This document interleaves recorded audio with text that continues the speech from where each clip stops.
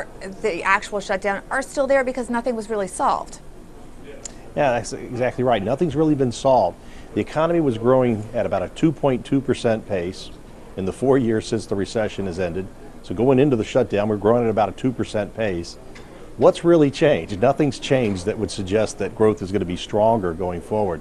The one thing that might change, and I say might because I don't have a whole lot of faith that these guys can get it together, is that they may be able to reshuffle the sequester. They're not going to get rid of it, but they may be able to change it enough so that it is somewhat less disruptive to economic activity in 2014.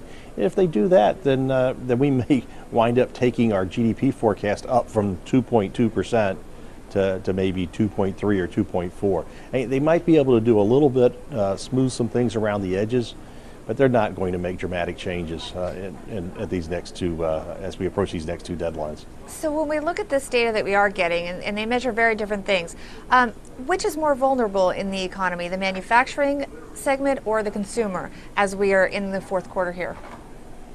I think the consumer is more vulnerable in the fourth quarter because we just haven't had a lot of income growth. The unemployment rates come down, and that helps. That helps particularly in sales of things like cars, because what's happened in the labor market is that fewer people are losing their jobs.